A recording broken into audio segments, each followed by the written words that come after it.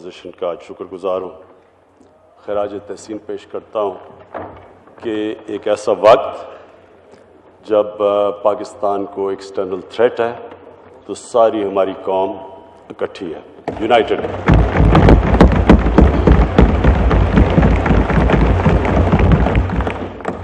जनाब स्पीकर, 26 जुलाई को जब अभी मैं प्राइम मिनिस्टर स्वेरिन नहीं हुआ था, तभी मैंने स्टेटमेंट दी थी कि अगर हिंदुस्तान एक कदम पाकिस्तान की तरफ बढ़ाए तो हम 2 कदम उनकी तरफ बढ़ाएंगे। इसकी वजह यह है जी कि बरे सगीर में दुनिया की सबसे ज़्यादा गुर्बत है। पॉवर्टी में बरे सगीर का सब कॉन्टिनेंट दुनिया में सबसे ज़्यादा गुर्बत और गरीब लोग रहते हैं। और ये मेरा विजन है कि कभी भी कोई कौम तरक्की नहीं कर सकती जिधर थोड़े से लोग अमीर हों और बाकी गरीबों का समुंदर हो। और ये चाइना ने शो किया कि जब चाइना ऊपर गया पिछले 30 सालों के अंदर, तो उन्होंने जो उनकी सबसे बड़ी अचीवमेंट थी कि उन्होंने 70 करोड़ लोगों को गुर्बत से निकाला। लेकिन चाइना की एक और अचीवमेंट थी कि चाइना की जितनी भी डिस्प्यूट्स थी अपने नेबर्स के साथ, चाइना ने उन डिस्प्यूट्स को बड़ी मैच्योरली हैंडल किया। और अगर आप ये देखें कि पिछले 15 साल में जबकि अमेरिका वॉर ऑन टेरर के ऊपर अफगानिस्तान पे $1 ट्रिलियन खर्च कर रहा था, तो चाइना उसी वक्त में, इसके बावजूद कि उनकी डिस्प्यूट्स थी, उन्होंने एक ज़बरदस्त इंफ्रास्ट्रक्चर कायम किया और दुनिया की सबसे एडवांस्ड रेल सिस्टम कायम किया। तो मैं ये समझता हूँ कि हमारा आगे बढ़ना बरे सगीर का ये ज़रूरी है कि हम अमन हो और जो भी हमारे मसले हों वो हम डायलॉग के ज़रिए हल करें। लिहाजा ऑफर दी 26 को। फिर एक लेटर भी लिखा मैंने नरेंद्र मोदी को कि हमें फॉरेन मिनिस्टर्स को मिलना चाहिए यूनाइटेड नेशंस में, लेकिन रिस्पॉन्स अच्छा नहीं आया। और हमने ये रियलाइज़ किया कि ये रिस्पॉन्स इसलिए अच्छा नहीं आ रहा क्योंकि हिंदुस्तान के इलेक्शंस आ रहे हैं और हमने ये रियलाइज़ किया कि इनकी जो भी कैंपेनिंग है उसका हिस्से में ये नहीं है कि पाकिस्तान से अच्छे ताल्लुकात हों। इलेक्शंस के बाद हमने सोचा कि हम आगे बातचीत बढ़ाएंगे। स्पीकर साहब, उसके बाद एक अपॉर्चुनिटी मिली और हमने समझा कि करतारपुर को हम खोलें। वो एक कोशिश थी कि ये हमारी आगे बातचीत बढ़े, टेंशन्स कम हो, डायलॉग से मसले हल हों, फिर भी लोअर करें ये जो हमारी टेंशन्स थी। बदकिस्मती से फिर भी हमने रियलाइज़ किया जिस तरह की वहाँ से स्टेटमेंट्स आ रही हैं कि ये आगे नहीं बढ़ेगा। बहरहाल हमने सोचा कि इलेक्शंस की हम इंतज़ार करेंगे, लेकिन हमें एक खौफ था कि इलेक्शन से पहले कोई ना कोई इंसिडेंट होगा जिसको एक्सप्लॉइट किया जाएगा इलेक्शंस के लिए। ये खौफ था और इतने में पुलवामा हो गया। अब मैं ये तो नहीं कहता कि उनका अपना हाथ था, मैं ये बिल्कुल नहीं कहता, लेकिन जो पुलवामा का इंसिडेंट हुआ, अभी आधा घंटा नहीं हुआ तो पाकिस्तान के ऊपर उंगलियां खड़ी होनी शुरू हो गई। अब कोई ये सोचे कि टाइमिंग उसकी कैसी थी। हमारे लिए इतनी इंपॉर्टेंट एक विजिट थी क्राउन प्रिंस सऊदी अरेबिया की।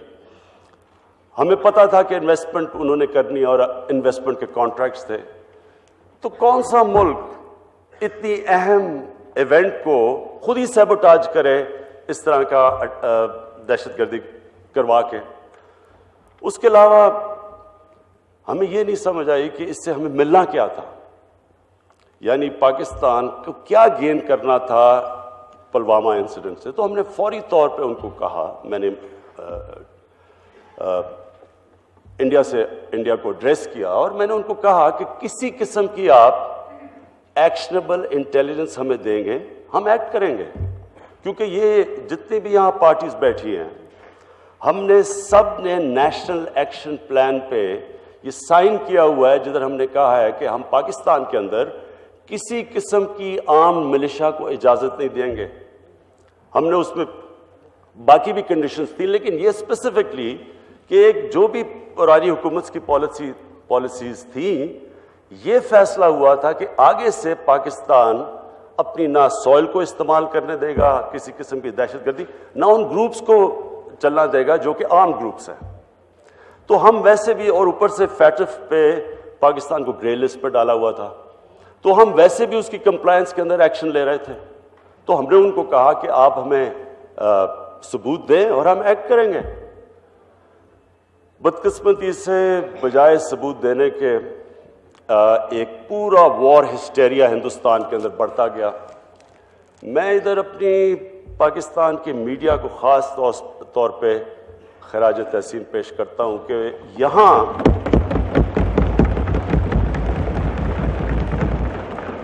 बड़ा मीडिया का रिस्पॉन्सिबल एटीट्यूड थी, और मैं समझता हूं इसकी एक बहुत बड़ी वजह यह है कि हमारे मीडिया ने पिछले 15 साल जो वॉर ऑन टेरर हुई है पाकिस्तान में, मीडिया ने खुद देखे हुए हैं कि बॉम्ब धमाकों से किस तरह की तबाही मचती है, किस तरह के अस्पतालों में उन्होंने देखा है कि जो लोग विक्टिम्स होते हैं बॉम्ब अटैक्स के, और जिस तरह के कैजुअलिटीज़ हुई हैं पाकिस्तान में। तो हमारे मीडिया में वॉर मॉन्गरिंग नहीं की, उन्होंने बड़ी मैच्योर एटीट्यूड दिखाई।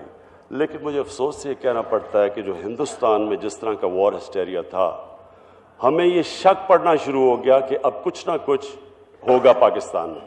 लिहाजा ये भी मैंने पैगाम दिया कि अगर आप अगर वायलेट करेंगे जो भी कोई पाकिस्तान के अगेंस्ट एक्शन, तो हम उसका जवाब देंगे। और ये सिर्फ इसलिए कहा कि ये कोई भी सॉवरेन मुल्क इजाजत नहीं देता अपने मुल्क में किसी तरह का अटैक। लेकिन हमने बार बार फिर ये कहा उनको कि आप हमें एक्शनेबल इंटेलिजेंस दें। अब आज पहुंचा है डॉसियर हिंदुस्तान का, आज उन्होंने पुलवामा के ऊपर डॉसियर भेजा है, लेकिन आज वो डॉसियर भेजा है और 2 दिन पहले पाकिस्तान पे अटैक भी कर दिया, एग्रेशन किया, इंटरनेशनल लॉज की वायलेशन की, यूएन चार्टर की वायलेशन की। अब सवाल यह है कि क्या ये पहले हमें डॉसियर दे देते और फिर अगर एक्ट ना करता पाकिस्तान तो अगला एक्शन लेते। लेकिन इससे फिर हमें लगा कि ये हिंदुस्तान के जो इलेक्शंस आ रहे हैं उनकी मजबूरी है कि ये इस तरह का एक एटमॉस्फेयर क्रिएट किया जाए। अब एक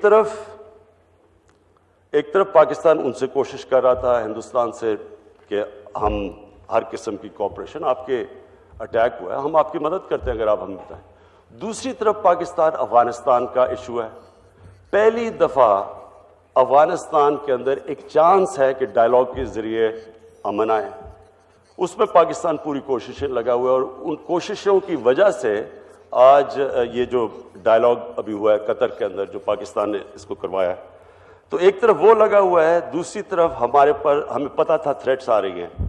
और जब इन्होंने अटैक किया पाकिस्तान पे, अब हमें 4 बजे 3:30 बजे सुबह के मुझे पता चला, आर्मी चीफ से बात हुई, एयरफोर्स चीफ से बात हुई, हमने डिबेट किया कि क्या हम अब इसका जवाब दें।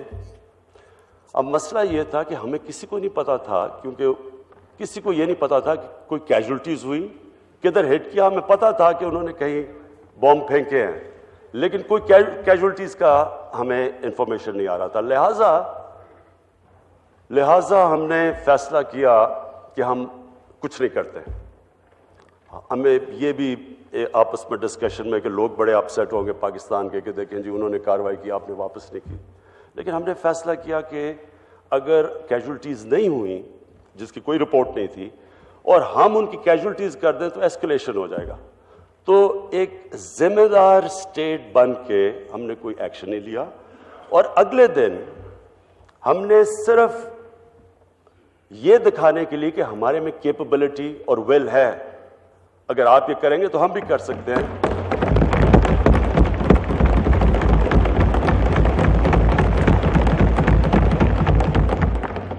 और कोई किसी किस्म का ना कोलैटरल डैमेज हुआ, ना कोई टारगेट हिट किया।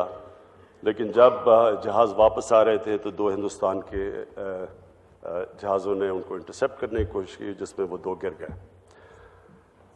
अब जो सिचुएशन आज है, हाँ, मैंने कल शाम को कोशिश की नरेंद्र मोदी को कॉल करूं, क्योंकि हम ये क्लियर करना चाहते थे कि हम किसी किस्म की एस्केलेशन नहीं चाहते। ये नहीं कि पाकिस्तान को कोई खौफ है, कि हमें डर है या उनको कोई घबराहट है इस मुल्क में। हमारी जो आर्म्ड फोर्सेस हैं, इन्होंने जिस तरह की 10 साल 12 साल ये जंग लड़ी है दहशतगर्दी के खिलाफ, और जिस तरह के ये एक्सपीरियंस से गुजरे हैं, ये एक बैटल हार्डन्ड आर्म्ड फोर्सेस है।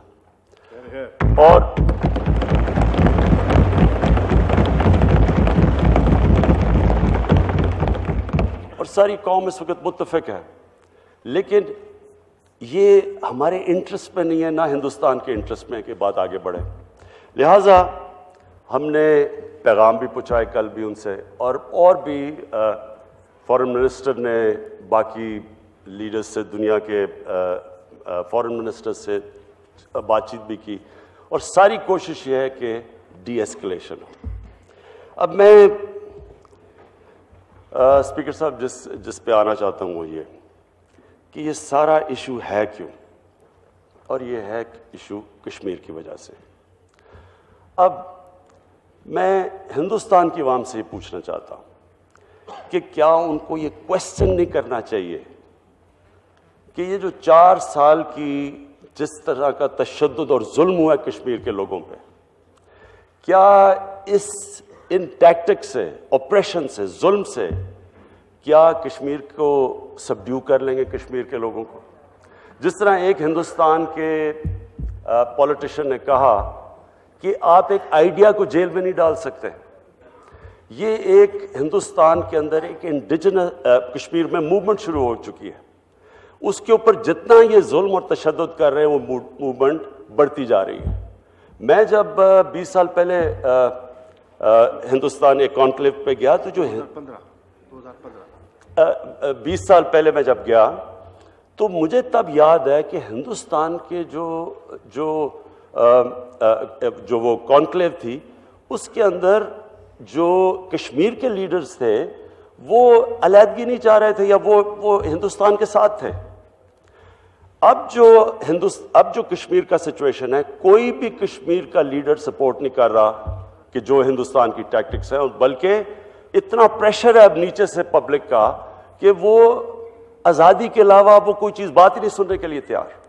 और ये सिर्फ इसलिए है कि इन्होंने जिस तरह का जुल्म किया वहां कश्मीर के लोगों पे। आज कश्मीर में एक ही आवाज़ है आज़ादी की। तो हिंदुस्तान के लोगों से मैं पूछना चाहता हूं कि बजाय एकदम उंगली उठाई पाकिस्तान पे, कोई सबूत के बगैर एकदम उंगली उठाई, क्या उनको ये पूछना नहीं चाहिए कि कश्मीर में एक 19 साल का नौजवान, क्या वजह है कि वो अपने आप को ह्यूमन बॉम्ब बना के उड़ाता है नुकसान पहुंचाने के लिए हिंदुस्तान की सिक्योरिटी फोर्सेस को? किस इंतहा पे वो पहुंच गया होगा, या और उनके नौजवान जो मौत का खौफ उनका खत्म हो गया है, क्या ये इन्हीं टैक्टिक्स, इसी ऑपरेसिव टैक्टिक्स, जुल्म से क्या ये आगे तब्दील हो जाएगा? जो अभी तक कामयाब नहीं हो वो आगे कामयाब हो जाएगा। तो हिंदुस्तान में भी इंट्रोस्पेक्शन की जरूरत है। उनको सोचना चाहिए कि इन टैक्टिक्स से जो अभी तक वो इस्तेमाल कर रहे हैं, क्या अगर इस वन डायमेंशनल अप्रोच का रिजल्ट नहीं आया तो आइंस्टाइन की वो जो थियरी ऑफ वो डेफिनेशन ऑफ मैडनेस है कि doing the same thing over and over again and expecting a different result. मैं ये समझता हूं कि हिंदुस्तान के अंदर इस वक्त एक डिबेट की जरूरत है। डिबेट की एक तो कश्मीर पर ज़रूरत है कि कश्मीर का आगे क्या, अगर इसी तरह चलता गया, और मुझे डर ये है कि वहाँ रिएक्शन आएगा, रिएक्शन की वजह से इस तरह के कोई दहशतगर्दी होगी, उसके बाद क्या सारी वक्त पाकिस्तान के ऊपर उंगलियां उठेंगी और इसी तरह पाकिस्तान को एकदम कहा जाएगा कि एक्शन लो, सबूत भी दिए बगैर। एक और जो आर्ग्यूमेंट मैं देख रहा था हिंदुस्तान में, इसको ब्लेम कर रहे हैं इस्लामिक रेडिकलिज्म के ऊपर कि ये जो खुदकुश हमले हो रहे हैं या ये जो नौजवान उनका एक्सट्रीम पे चला गया है, इसको इस्लामी इंतहा पसंदी का कहा जा रहा है कि इसलिए खुदकुश हमले होते हैं कि वो जन्नत में चले जाएंगे। मैं दुनिया को रिमाइंड करवाना चाहता हूं कि 9/11 से पहले दुनिया में सबसे ज्यादा खुदकुश हमले किए गए थे तमिल टाइगर्स के, जो हिंदू थे। तो ये हिंदू मजहब की वजह से नहीं वो कर रहे थे। ये जो सुसाइड बॉम्बिंग होती है, इसके अगर सही तरह एनालाइज करें, ये डेस्परेशन, ये एक वेपन ऑफ द वीक होती है। एक मायूसी में, एक जिल्लत में एक इंसान आखिर में अपने आप को ह्यूमन बॉम्ब बना लेता है। इसको एनालाइज करें। और मैं फिर से इंडिया में, मुझे पता है क्योंकि मैं इंडिया क्रिकेट की वजह से जानता हूं लोगों को, दोस्तियां हैं मेरी पुरानी। मैं ये समझता हूं कि हिंदुस्तान में लोग हैं जो ये जो मुत्तफिक नहीं है जिस तरह की टैक्टिक्स एक कश्मीर में इस्तेमाल की जा रही हैं, और जिस तरह का इस वक्त ये करंट गवर्नमेंट जो वॉर मॉन्गरिंग कर रही है, मैं ये समझता हूं कि वहां की जो अक्सरियत अवाम है वो इससे मुत्तफिक नहीं है। अनफॉर्चुनेटली एक वॉर हिस्टीरिया चला हुआ है, डरते हैं लोग। टीवी के ऊपर एक पूरा उनके मीडिया का जिस तरह अटैक है, काश के उनके मीडिया ने वो देखा होता जो हमारे मीडिया ने देखा पिछले 12 साल, जो बॉम्ब अटैक्स और जो लोग जख्मी होते, जो 70,000 हमारी कैजुअल्टीज हुई हैं। काश वो अगर ये देख लेते, वो ऐसी इस तरह की वॉर मॉन्गरिंग ना करें, क्योंकि जो जंग होती है उसमें कोई जीता नहीं है। और जंग वो मुल्क जिनके पास वो हथियार है जो हम पाकिस्तान और हिंदुस्तान के पास हथियार है। किसी को सोचना भी नहीं चाहिए जंग का। और मुझे एक खौफ होता है कि यहां मिसकैलकुलेशन ना हो जाए। अमूमन कई दुनिया की तारीख उठा के देखें, मुल्क तबाह हुए हैं मिसकैलकुलेशंस की वजह से। ये जो साथ हमारे अफगानिस्तान में मिसकैलकुलेशन थी, सोचा कि बड़ी जल्दी चंद महीने में दुनिया की सबसे पावरफुल फोर्स थी कि ख़त्म हो जाएगा सब कुछ। आज 17 साल के बाद अगर उन्होंने इतनी दुनिया की एक वो फौज जो कि दुनिया की तारीख में कभी इतने अजीम हथियारों के साथ नहीं आई, अगर वो आज डायलॉग पे आ गई है, तो जंग सलूशन मसलों का नहीं है। और ये जब वॉर मॉन्गरिंग शुरू होती है और आप एस्केलेशन की तरफ जाते हैं, मसलन अगर हिंदुस्तान आप कोई एक्शन लेता है तो हमें मजबूरी एक्शन लेना पड़ेगा। वो किधर जाएगी उसके बाद बात। और फिर ये भी मैं सुनता रहता हूं कि इंडियन पॉलिटिशियन जी न्यूक्लियर ब्लैकमेल कर रहा है पाकिस्तान।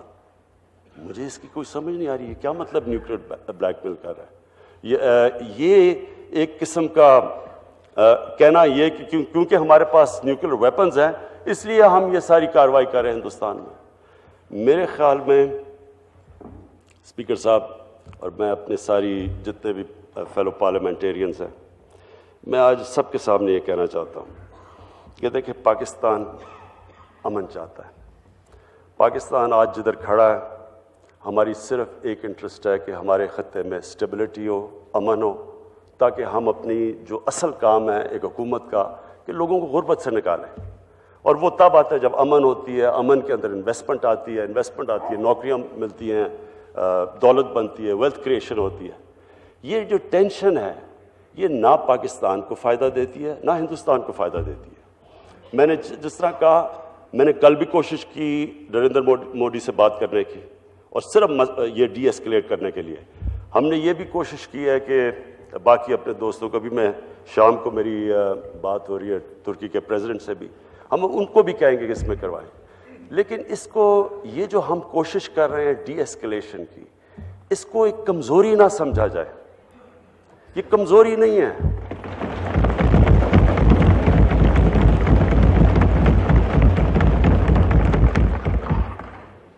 इसमें गलत सिग्नल्स ही मिलने चाहिए। पाकिस्तान वो मुल्क है जिसमें तारीख में जब हम पीछे देखते हैं तो दो बादशाह थे, एक तरफ बहादुर शाह जफ़र था, दूसरा टीपू सुल्तान था। बहादुर शाह जफ़र जब उसको फैसला करना था, एक तरफ ग़ुलामी थी, दूसरी तरफ मौत थी, तो उसने ग़ुलामी के लिए फ़ैसला किया और बाकी ज़िंदगी ग़ुलामी में गुजारी। दूसरी तरफ टीपू सुल्तान था। टीपू सुल्तान को भी ये फैसला, एक वक्त आ गया फैसला करने का, क्या आपने हाथ खड़े करके तो अंग्रेज़ों की ग़ुलामी करनी है या आप एक आज़ाद इंसान की तरह आखिरी दम तक लड़ेंगे। इस मुल्क का हीरो टीपू सुल्तान है।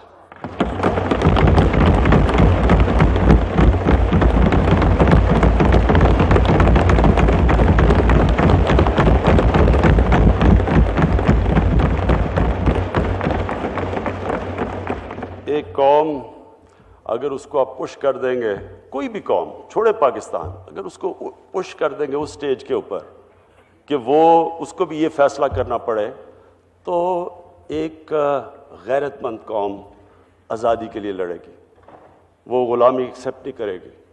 और मैं इसलिए आज हिंदुस्तान को, नरेंद्र मोदी को पैगाम देना चाहता हूँ कि देखें, किसी को भी उस इंतहा की तरफ ना धकेलें, क्योंकि ये जो आगे जा रही है, और मुझे पता है क्योंकि हमारी प्रेपरेशंस हैं, मुझे पता है कि पाकिस्तान की फ़ौज कितनी प्रिपेयर्ड और किधर खड़ी है। अब मुझे ये भी पता है कि कल रात एक था कि शायद पाकिस्तान के ऊपर किसी तरह का मिसाइल अटैक किया जाए, वो फिर बाद में डिफ्यूज़ हो गया। तो उसकी रिटेलिएशन के लिए भी मुझे पता है कि हमारी फ़ौज किधर खड़ी थी। इसलिए मैं आज कह रहा हूँ, क्योंकि मुझे पता है, मैं ये आज हिंदुस्तान को इस प्लेटफॉर्म से कह रहा हूं कि इससे आगे ना लेके जाएं, क्योंकि जो भी आप करेंगे पाकिस्तान मजबूर होगा रिटेलिएट करने के लिए।